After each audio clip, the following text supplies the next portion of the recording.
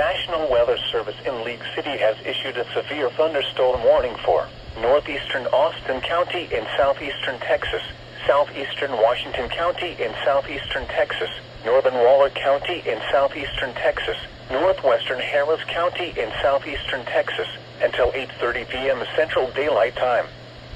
At 7:42 p.m. Central Daylight Time, a severe thunderstorm was located over Prairie View, moving east at 20 miles per hour. A second severe thunderstorm was located near Belleville, also moving east. This second storm produced 1.25-inch hail northwest of Belleville. Hazard: ping pong ball size hail. Source: radar indicated. Impact: people and animals outdoors will be injured. Expect damage to roofs, siding, windows, and vehicles.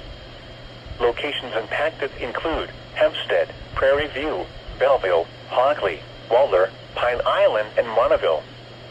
For your protection, move to an interior room on the lowest floor of a building.